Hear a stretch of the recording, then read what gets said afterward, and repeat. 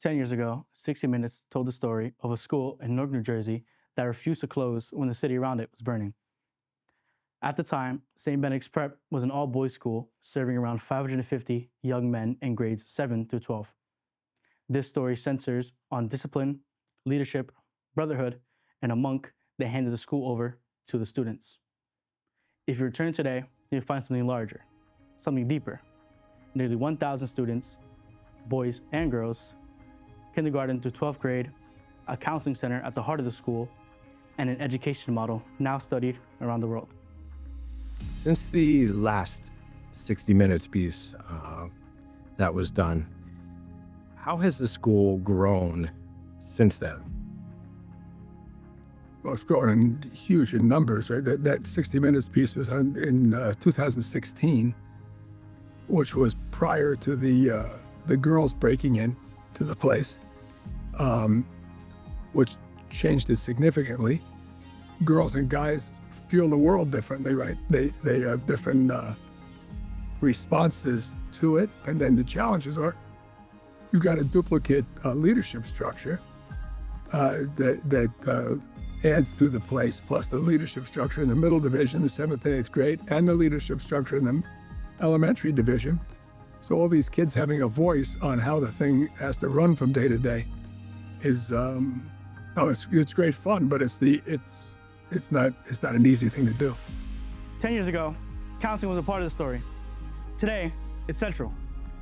The Grossman Family Counseling Center operates in plain sight. Students refer one another. Teachers send students without hesitation.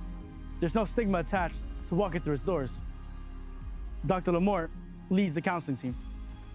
So the Grossman Family Counseling Center actually grew as a result of Father Edwin and myself and a lot of other people recognizing that the academic issues that kids were going through really had little to do with academic or cognitive issues. So where kids were coming from, their experiences, their emotions, how they were raised, how some of them weren't raised, violence that they were living with at home or on the streets, all that affected their ability to be able to function. We do everything from individual therapy, group therapy, cognitive assessments, psychological assessments, all in-house, and we do it a lot faster than what our public school counterparts can do. And that's real critical. If I'm a classroom teacher and I've got a problem with a student, if I wait 3 months, we're done. There's no way that kid catches up. So we need answers immediately to be able to give back to teachers. And we're able to do that all in-house. In many schools, counseling is reactive. Here, it's immediate. And for students, that immediacy can change everything. Originally, I did not know there was a counseling center. I was in a tough time due to the fact of me transferring, and I lost a lot of friends because of that. So I was in a rough place. A friendship breakup is worse than a relationship breakup. So I was definitely going through it. And a student came up to me and asked me if I was okay. And I was like, not really, but like, it's fine. They're like, go to counseling. Like, this was my second week at this school. From the age of 4, I've been in foster care. I wasn't always the best kid. I was dealing with a lot of anger. The counseling office has been has had a very big impact on me, and is part of the reason why I know how to control my emotions now. Dr. Davis was always there to in a way invalidate the way, not invalidate my feeling about the situation, but invalidate the emotion behind it, because as he always says, feelings are facts.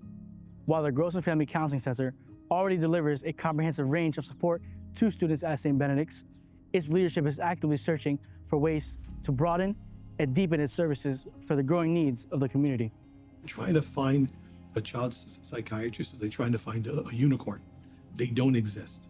If we could have a space here where you have a psychiatrist that works with the therapist there, and they're able to help kids with their medication needs, well, now that's a game changer, because now that kid doesn't have to go anywhere, and everything is provided here. So ultimately, we need to be able to grow into that, and we need to have a space that's going to allow us to do that. The leadership model that once drew national attention is still here. Convocation anchors each day. What is one thing that should never change in order for this to continue to work? That's easy. Combo. Can't change combo. Community, in order to be a community, has to see itself. Always we pray together. Always we do attendance together to know who's there and who's not. So that there's certain consistencies every single day. And then there's also these variations that happen that make it what it is, that are attractive, obviously, to other people and are essential for us that are part of it.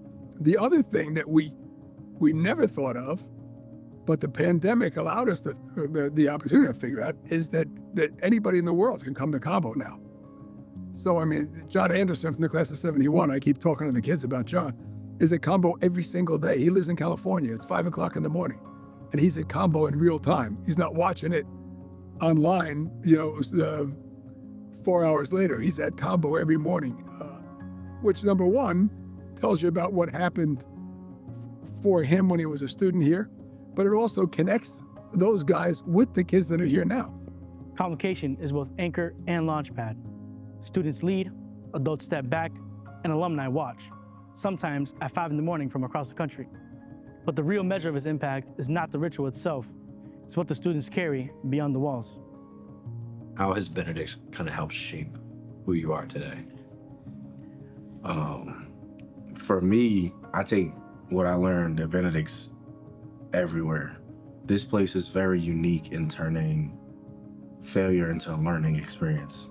Like, not necessarily viewing it as failure, I'm done. There's no quitting. It's failure, okay, step back. How can I reapproach the problem so that it's not failure, Everybody has this community at Benedict's, but they go out and they have their own other communities.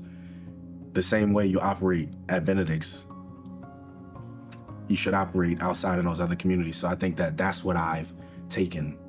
Whatever hurts my brother hurts me.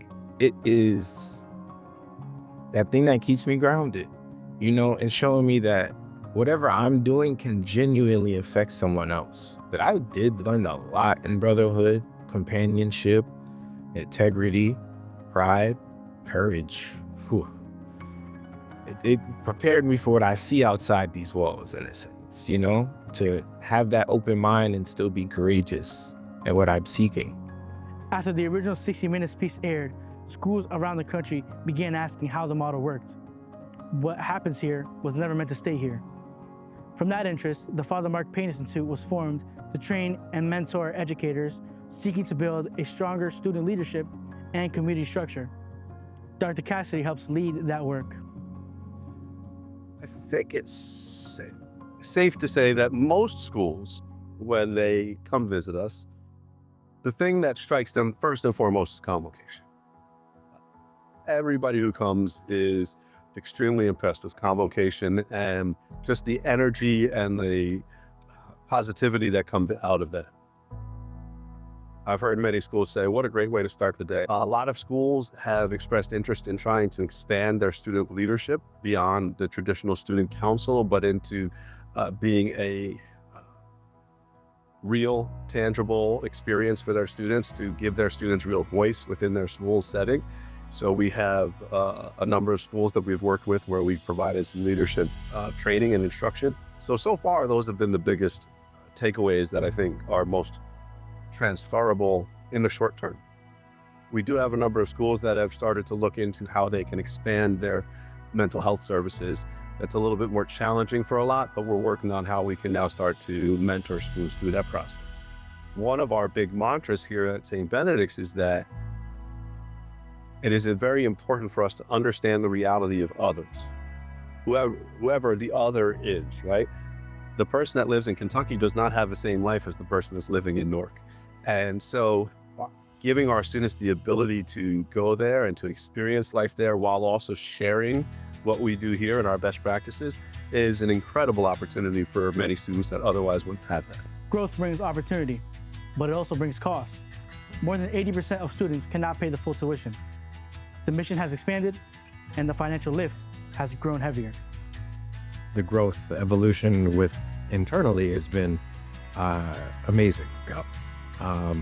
But there are external factors that allow all this stuff to happen.